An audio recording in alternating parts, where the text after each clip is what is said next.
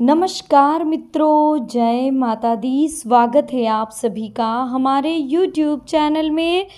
तो मकर राशि वालों, यह औरत आपकी ज़िंदगी में बवंडर लाएगी। 8 से 15 अक्टूबर हो जाए सावधान। जल्दी देखें वीडियो, वरना आपको पछताना पड़ेगा। दोस्तों, यह वीडियो बहुत ही महत्वपूर्ण ग्रह गोचर के आधार पर निर्मित की गई है। अनुरोध कर रहे हैं कि वीडियो को शुरू से लेकर अंत तक जरूर देखिएगा। सबसे पहले वीडियो को लाइक करें और कमेंट्स बॉक्स में जय माता दी जरूर लिखेगा। तो आइए शुरू करते हैं। देखिए दोस्तों, नवरात्रि शुरू हो चुकी है, तो नवरात्रि के दिनों में आपको किसी भी महिला के साथ किस तरह से व्यवहार करना चाहिए ये आपको समझना होगा, क्योंकि नवरात्रि माँ नव दुर्गा का प्रतीक है। माँ नव दुर्गा के लिए श्रद्धा और विश्वास का संकेत देकर जाती है, यानी कि हमें माँ के ऊपर कितना विश्वास है। अगर हम माँ के भक्त हैं तो हमें यह समझना होगा कि हम हमारे आसपास जुड़ी जितनी भी हमारे से जुड़ी महिलाएं हैं, हमसे संबंधित जो भी महिलाएं हैं, उनका हम सम्मान करें, आदर करें। देखिए दोस्तों, माता को प्रसन्न करने के लिए भक्त तरह तरह के उपाय करते, लेकिन भूल कर भी आप ऐसे कामों को मत करना जिससे कि माता रुष्ट हो। देखिए, शारदीय नवरात्रि 7 अक्टूबर से शुरू हो चुकी है, ये तो आप सभी को पता है। और इस बार नवरात्रि 8 दिनों की है। नवरात्रि एक ऐसा पर्व है जो साल में 2 बार आता है, ये भी आपको पता होगा। तो दोस्तों, नवरात्रि का जो पर्व है उसे भक्त जी जान से माता के सभी स्वरूपों की पूजा इस दिन करते हैं। माता को प्रसन्न करने के लिए भक्त बहुत सारे उपाय भी करते हैं, लेकिन गलती से कभी कभी कुछ ऐसा हो जाता है जिससे माता नाराज हो सकती है। इसलिए भूल कर भी हमें ऐसे कामों को नहीं करना चाहिए जिससे कि माता रुष्ट हो।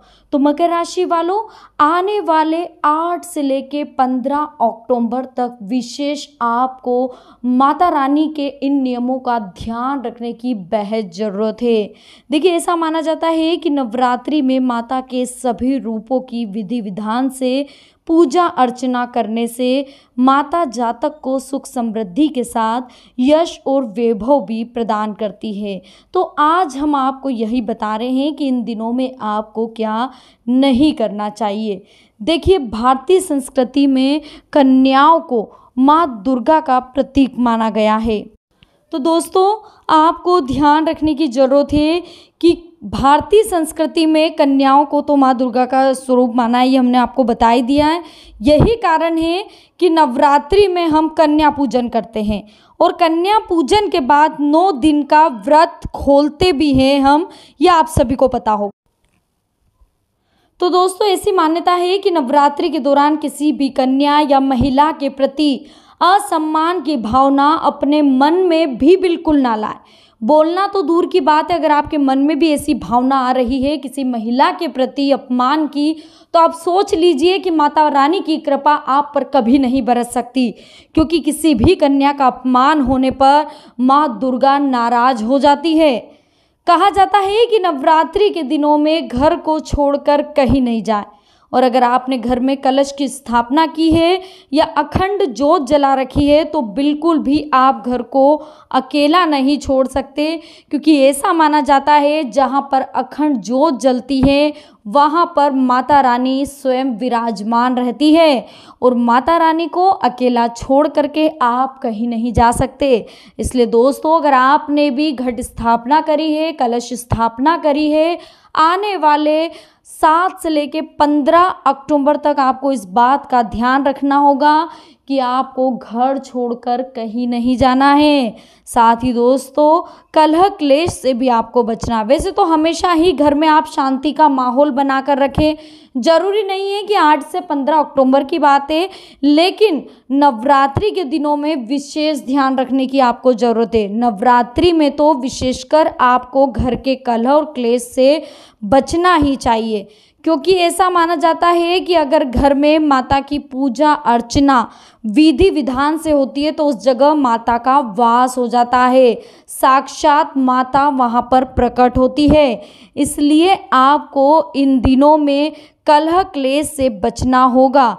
कलह से व्रत करने वालों की आत्मा को दुख पहुंचता है और देवी माँ रुष्ट हो जाती है। उसके बाद में देखिए, धार्मिक बातों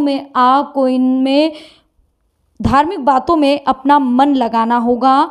नवरात्रि के 9 दिनों तक अपना समय बेकार की बातों में ना लगाकर धार्मिक ग्रंथों का अध्ययन आपको करना चाहिए। साथ ही आपको इस बात का भी ध्यान रखना होगा कि आपके पूजा पाठ से आपके बच्चे, पति या घर का कोई सदस्य प्रभावित तो नहीं हो रहा।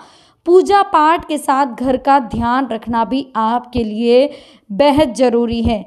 देखिए, ऐसा होता है कि हम 24 घंटे पूजा पाठ के बारे में भी आप नहीं सोच सकते।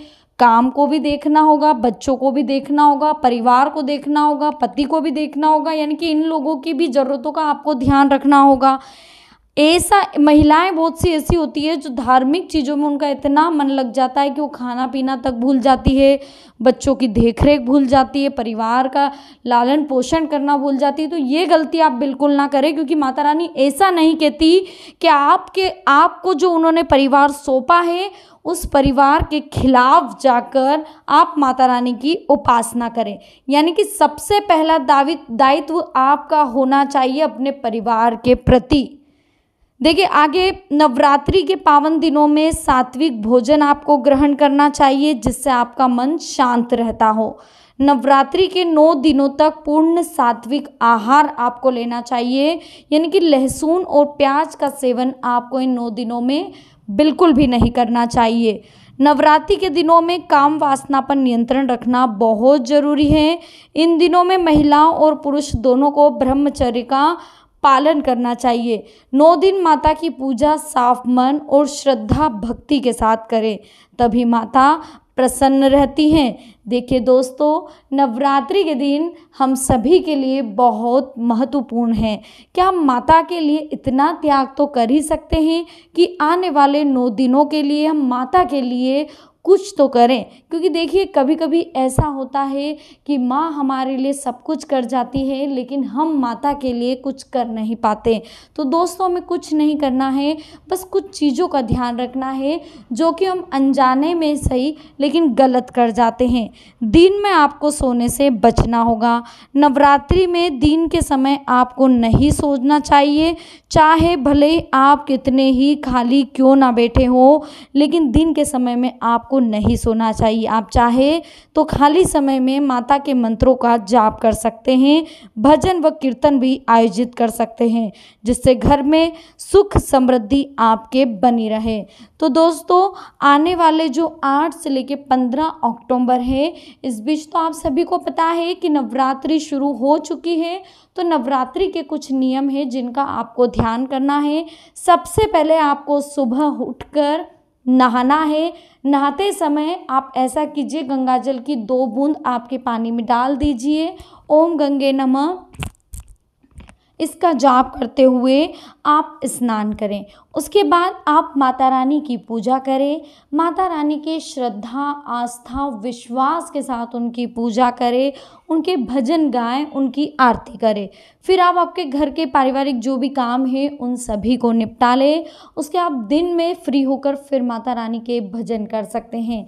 देखिए, आप यकीन मानिए, अगर आपको जो हमने चीज़ें इस वीडियो में बताई है, अगर इन चीज़ों को आपने 8 से 15 अक्टूबर के बीच में बिल्कुल परित्याग कर दिया और महिलाओं का अपमान करने से अगर आप बचे, महिलाओं का सम्मान आप करके देखिए। 9 कन्या जो आप जिमा रहे हैं, जिनको कहते हैं कि 9 कन्याएं नवमी अष्टमी या जब भी आप जिमाना चाहते हैं, उन 9 कन्याओं का आपको विनम्र आदर करना चाहिए, उनका सत्कार करना चाहिए, उन्हें दान पुण्य करना चाहिए।